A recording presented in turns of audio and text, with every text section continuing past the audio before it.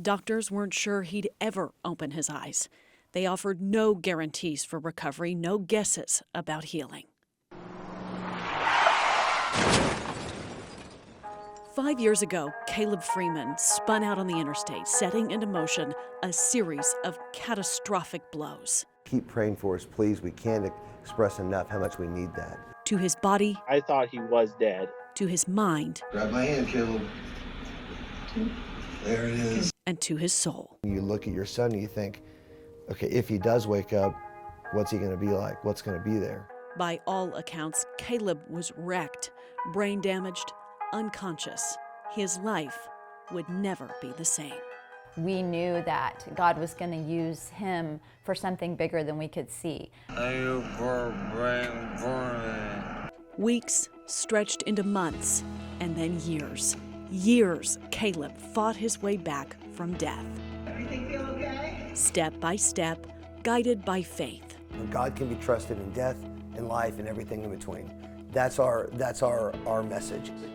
Look up there and give it a shot. The Freeman family became a light to the world. Their rally cry, "But God." A glimpse at a life of true faith, of believing that nothing is impossible with God.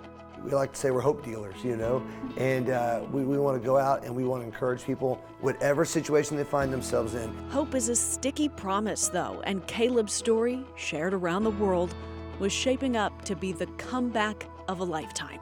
Today is what day? Wednesday, April 11th. 5 months after the wreck, he walked out of the hospital. 3 months later, Caleb went back to school.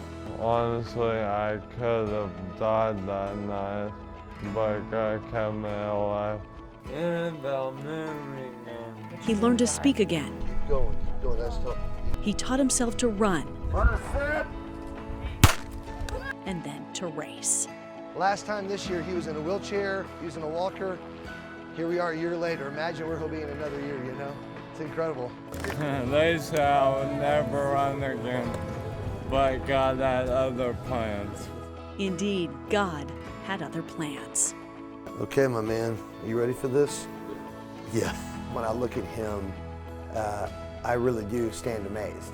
2 years ago, Caleb enrolled in college at Rose State. I should be dead, but like now that I have this story, I feel like it's not to be quiet and keep to myself.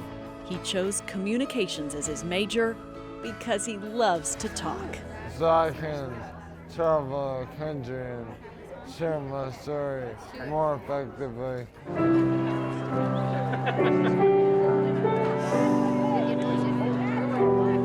Caleb lives by the Great Commission, go and make disciples of all nations. That is, tell everyone about Jesus. Every door that God opens, no matter how big or how small the audience, I gotta be faithful to just step inside. For those who first met Caleb during the grueling years of healing, it might have been hard to see how a young man could teach without talking, how a boy could lead a movement without walking.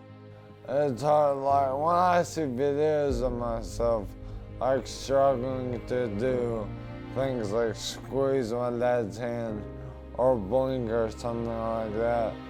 It kind of like takes me back every time. I'm like, that was me. I was so gone. The Freemans prayed for Caleb to be restored. In the beginning, they wanted their son back. But today, they are infinitely grateful God did not deliver on that promise, not exactly. They did not get their Caleb back. He's been restored in his heart, and like he's a different kid. Jeremiah Caleb Freeman, Liberal Studies, The Caleb who has emerged from this journey is changed. Forged in a fire few could understand, he walks taller. He lives bolder, unashamed, and hungry for what lies ahead. Allie Meyer, Oklahoma's News 4.